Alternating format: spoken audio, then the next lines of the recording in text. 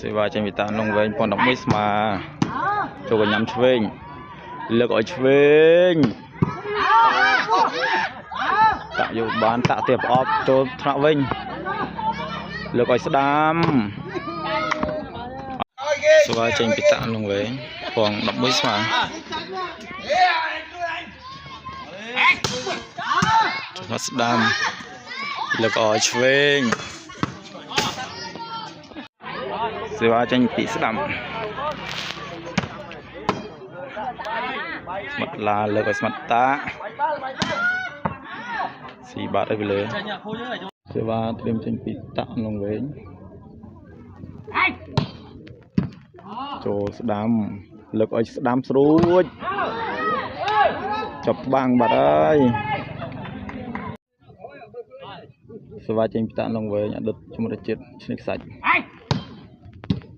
ស៊ីបាត់ហើយក្រឹបនេះសេវាត្រៀមចេញពីស្មាត់តាក់នងវែងអូចបានពីឆ្វេងលើកឲ្យស្ដាំចាប់បាំងលើស្មាត់តាក់